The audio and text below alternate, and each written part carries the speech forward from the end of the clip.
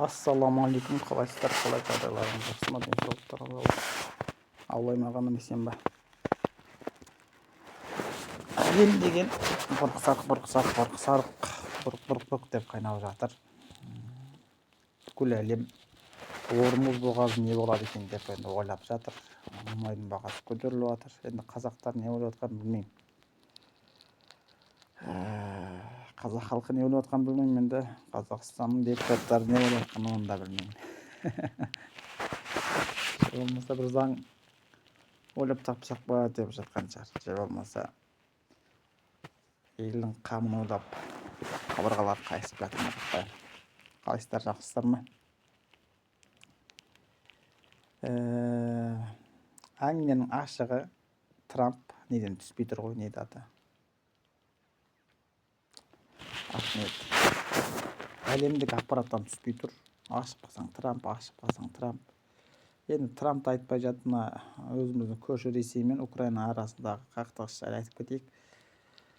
Мынау Иранның бұрынғы шахының баласы Реза Пехлеви, ол енді қазіргі Иранның оппозициясы деп саналады екен. Оппозиция серкесі, бірақ оның кандидатурасын Трампқа ұсынған еді осы Реза Пехлеви. Егер мынау Иран режимі ауысатын болса, Реза Пехлеви келетін болса қалай қарайсыз деген еді. Ол өте жақсы адам, бірақ одан басқа бір адамдар да бар деді.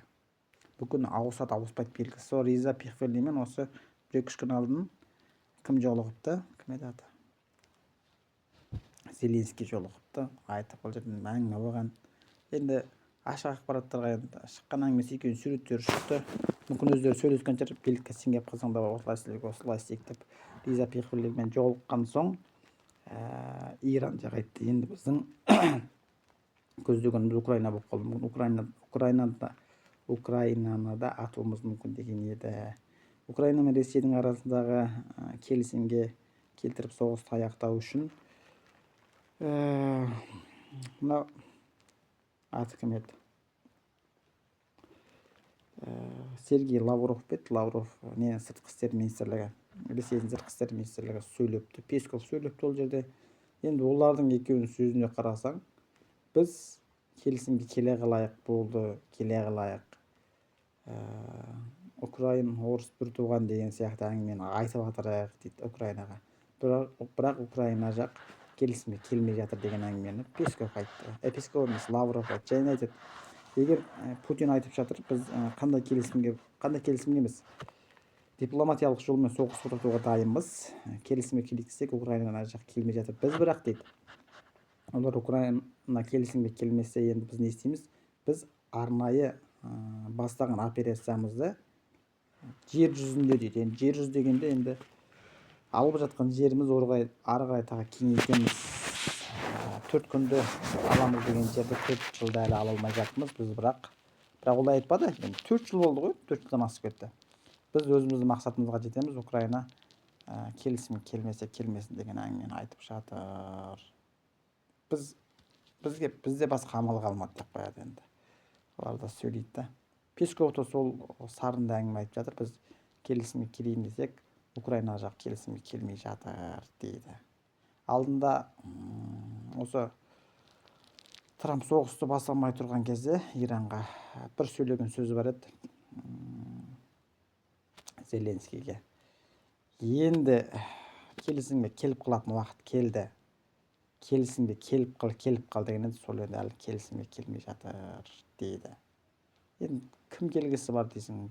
Тыныш жатқан елге басып кіріп жеріңді алып жатса деген сияқты ғой енді. Не болса да енді көреміз. Бұл соғыс қиын болатын сияқты. Украинаға да, Ресейге де қиын да болып жатыр әлі. Және де мынау Трамп демекші, Трамптың кеше бір 7 елден Ормуз бұғазынан кемелер емен-еркін айрағайда тайрағай болып, Иранның зымыраны кеп түсіп кетеді деп қорықпай өту үшін сол жерге әңгіменің ашығы біз теңіз флоттарымызды апарып, теңіз күштерімізді апарып, сол жерде тыныштық орнатайық, мұнайдың бағасын тұрақтандырайық деп бір 7 елге, Жапония, Еуропа елдері, Қытай бар деді, оның ішінде Италия бар деді. соларға ұсыныс жіберген еді. Жапония айтыпты, біз жібере алмаймыз депті. Барлығы қайтарған ғой, Қытайға да жіберді деген. Қытайдың жауабы әлі шықпады. Мен болмаса мен оқып үлгермедім. Қытай жауап айтпадым белгісіз, оны әлі оқып үлгермедік. Сондықтан мына Еуропаның НАТО құрамындағы елдердің басшылары сөйлепті, Париж айтыпты. Енді Эммануэл Макрон, біз енді кешіресіңдер, біздің соғыс емес депті. Мынау Британияның премьер-министрі Стармер айтыпты, біз көмектесеміз, бірақ қазір мынау еурода көмектесетін болса, бізде сендердің жанараңа барып теңіз күштеріміз біздің тілмен айтқан кезде жандарыңа қойып көмектесуге дайынбыз депті. Одан кейін мынау аты кім еді, Германияның сыртқы істер министрлігі сөйлепті. Ол енді жақсы әңгіме айтыпты. Ол былай дейді: ол Ормуз бағазына біз барғаннан не пайда? Ол жерде әлемдегі енді ВВС деген, мен қателеспесем, мен теңіз күштерін айтады ау. Мүмкін мен қате айтып тұрмын. Сендердің теңіз күштерің әлемдегі бір ғой, енді Американы айтып тұр ғой. Біз сендердің жандарыңа барып алып тұрғаннан ешқандай пайда жоқ ау. Әңгіменің ашығы, біз жемеген қарын боғымен пісін деп бүйтіп көмектесеміз де көмектеспейміз де деп қойды. Мен ойланып жатырмын дейді қазір. Сонда Американың теңіз күштерінің қолынан келмесе, ол жерде қауіпсіздікті орнатуға біздің барып ол жерге тұрғаннан не пайда деп әңгіменің ашығы. Трамптың бетін деп қайтарып жіберді ғой әңгіменің ашығы. Жалпы әңгіменің ашығы Трамптың бетін қайтарды. Одан кейін мынау кеше бір енді ақпараттарды соғыс кезінде тексеру ол өте қиын. Енді мысалы Украина мен Ресейдің арасында қақтығыста жеңіп жатық деген сияқты әңгімені оны тексере алмайсың, бірақ айтады. Сол сияқты мынау Моштаба Хомениді алдында Пит Хекс айтқан еді, бұл жараланды деп, Иранның ақпараттық кеңістігі айтты, жараланды ол, бірақ жағдайы жақсы деген еді. Енді Пит Хекс айтқан еді, Американ соғыс министрі, ол айтты: Моштаба Хомени өте қорқақ, бізден қорқып жатыр. Ол неғып айтып жатыр десеңіздер, ол сөйлеп шыққан кезде өзі шықпаған ғой, видеосын же болмаса жазуын тележүргізушілер Иран халқына оқып бере салған. Және де сол видео шыққан дейді, мен ол видеоны көрмедім. Моштаба Хоменидің видеосын зерттеген америкалық зерттірмендер айтыпты, ол өзі емес, кезіндегі әкесінің сөйлеген сөзіне жасанды интеллектпен бетін қоя салған. Киімнің барлығы Аятолла Хомениге келіп тұр ол деген еді. Және де былай дейді, аты не еді, Моштаба Хомени жараланып, бұны енді Әл-Жазира арабтың телеарнасы өзінің таныстарына сілтемесін беріп айтыпты. Кімге сілтеме берді? Мүмкін мен Әл-Жазираның журналисті болсам, жанымдағы адамға сілтеме беріп, жоқ болмаса Ирандағы бір, болмаса Израиль, болмаса Америкадағы бір танысынан естіп айтқан болуы мүмкін. Бұл бейресми. Моштаба Хомени Ресейге ұшып барды дейді. Ол жерде емделіп, жағдайы жақсы. Қазір президенттік қонақ үйде айрағайда тайрағай болып жатыр дейді. Әңгіменің ашығы кім еді? Аятолланың баласы, екінші аятолла, Иранда, Ресейді бас сауғалап жатыр дейді.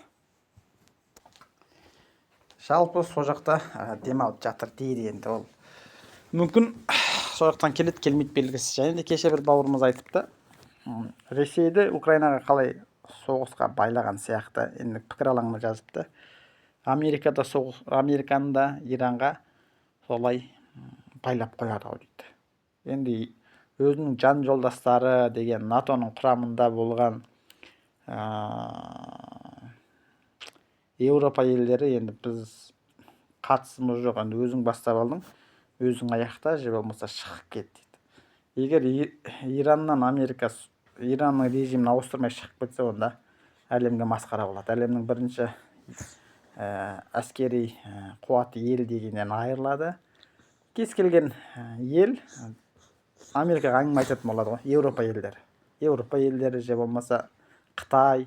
Бұл жерде отырып тұрған Қытай деп ойлаймын. Қытай да көмек бермейді. Берсе де бір өздерінің шарттарымен береді деп ойлаймын. Же болмаса Трамп осы жолы кімнің кім екенін Трамп енді былай әккі ғой. Мысалға Мадуроға да келісімге келе қылайық, Мадуро деген Мадуро жоқ, мен келісімге келмеймін, маған бір братым звондады телефонның арғы жағынан.